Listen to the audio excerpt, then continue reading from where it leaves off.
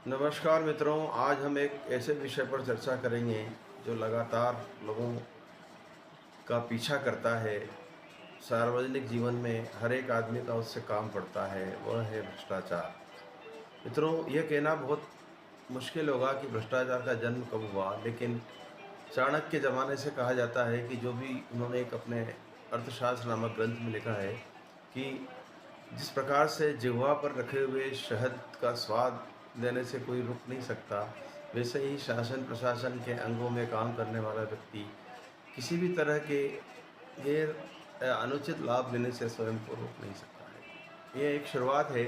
हमारे देश में संस्थागत रूप से भ्रष्टाचार, हालांकि पंचवर्षीय योजनाओं के बाद इसका फैलावा हुआ, लेकिन जब अंग्रेज यहाँ आए थे तो उन्होंने भ्रष्टाचार करके अपने शासन को मजबूत करने का काम किया था।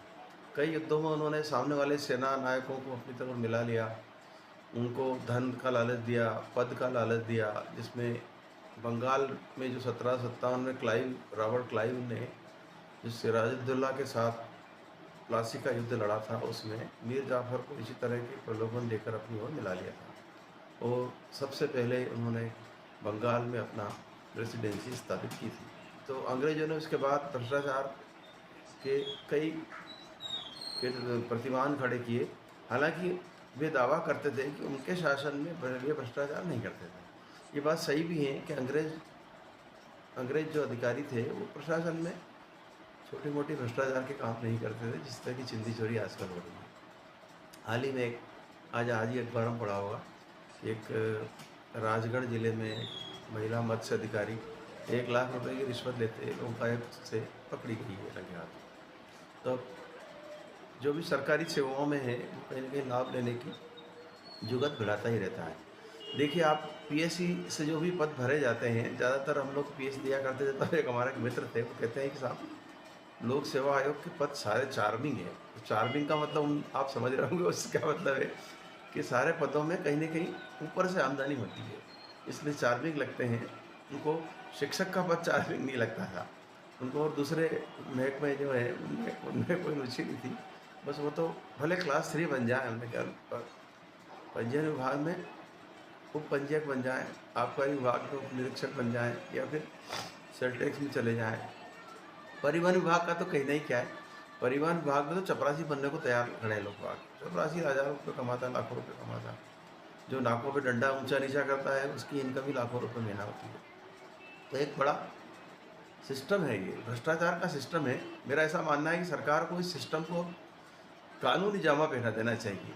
भारतीय दंड दंड संहिताएँ जो अभी बनी है ना नई, उसमें कुछ न कुछ ऐसा रख देना चाहिए कि साहब, पटवारी साहब के पास जाओगे आप, पटवारी जी को आप नकल के इतने दोगे और ऊपर से इतने दोगे। नामांतरण करना है तो इतने पैसे लगेंगे, ऊपर से इतने लगेंगे। सब जगह तय हो जाना चाहिए। परिवहन विभाग में तो है ही सही। उन्होंने एक आजकल भ्रष्टाचार का नया तरीका सरकार ने उसको रेगुलेट कर दिया है।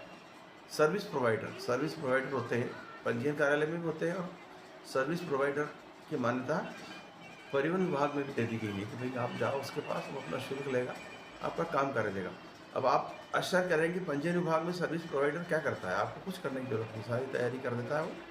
आपसे एक निश्चित रकम लेगा, उस रकम में पंजीयन विभाग में काम करने वाले पंजीयकों का हिस्सा भी शामिल होता है।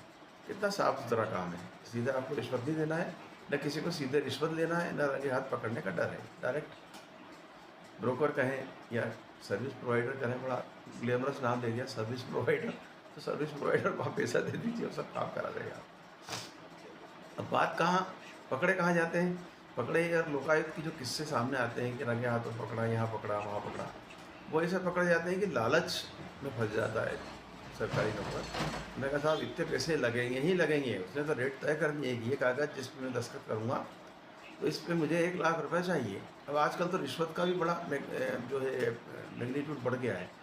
देश में उदारीकरण आया है, 5 ट्रिलियन डॉलर की हमारी इकोनॉमी होने जा रही है। तो उसके कुछ अंशों में कुछ 1 ट्रिलियन तो इसमें भी जाना चाहिए, भ्रष्टाचार में चल रही है समानांतर व्यवस्था। तो सबके रेट इस हिसाब से तय हुए हैं। हमारे ज़मीनों के रेट कितने बढ़ गए हैं, अनाप शनाप तो उनका रजिस्ट्री में इतने लगेंगे। यदि कोई खेती की ज़मीन है तो नकल निकालवाने जाएंगे बेचने के लिए, तो वो उस कितने की ज़मीन के साथ 2 करोड़ की, तो 2 लाख रुपये रख दो आप यहाँ, तब जाके वो राजस्व अधिकारी आपको काम करेंगे, अन्यथा आपको दौड़ाते रहेंगे इधर उधर। और लोग भी सोचते हैं कि 2 करोड़ आ रहे हैं, 2 लाख दे दो भाई, क्या फ़र्क पड़ता है। तो एक विचित्र सी मानसिकता बन गई है रिश्वत देने वाले और लेने वालों की। दोनों में बिल्कुल समझौते के साथ चल रहा है काम। अस्तित्व कहेंगे या साथ में रहने की एक लोगों ने आदत डाल ली कि हाँ यहाँ जाएंगे तो यहाँ तो इतने देना ही देना है, ये प्रमाण पत्र लेना है यदि हमें तो इस प्रमाण पत्र के इतने पैसे तो देना ही देना है, इसलिए लोग उसको माइंड भी नहीं करते, मतलब फेंको आगे बढ़ो, कोई टाइम नहीं किसी के पास। जन्म मृत्यु प्रमाण पत्र, विवाह का प्रमाण पत्र आजकल जो नगरीय निकाय से बनता है उसमें बड़े पैसे निकलते हैं। इसलिए निकलते हैं कि लोग आजकल विदेश जा रहे हैं तो शादी कर रहे हैं बाहर, उज्जैन में या इंदौर में या भोपाल में शादी करी तो वहीं से प्रमाण पत्र बनेगा। प्रमाण पत्र में अंग्रेजी का नाम होना चाहिए, हिंदी का नाम होना चाहिए, और बाहर वो प्रमाण पत्र काम का है यदि आप दोनों पति पत्नी जा रहे हैं तो। इसलिए इस प्रमाण पत्र का बहुत महत्व बढ़ गया। तो भाई लोगों ने भी समझ लिया कि महत्व है तो पैसा आएगा, तो लोग उसको तंग करते हैं। जो ज़्यादा कड़ीबाजी करता है उसको महीनों लटका देते हैं, या कहीं दबाव बना के बनवाया तो अंग्रेजी की स्पेलिंग गलत लिख देंगे, हिंदी में कुछ और लिख देंगे, फिर आप बेचारा वहीं जाएगा। फिर कहता है वो सामने वाला बाबू कि भैया पहले ही आ जाते यार, काय को मगजमारी पड़े, काय को फला साहब से खिलाया, फला नेताजी से खिलवाए, नहीं हो जाता काम। सिस्टम है ये तो। तब सिस्टम को एडाप्ट कर लेना चाहिए सब लोगों को। और मेरा ऐसा मानना है कि भ्रष्टाचार को अब भूल जाना चाहिए, लेकिन ये तो हमारे जीवन का हिस्सा है।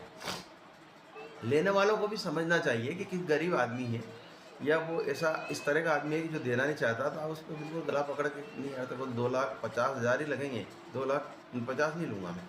तो ऐसे में फिर वो पकड़ धकड़ होती है, तो ये सह-अस्तित्व वहाँ जाके बिगड़ता है।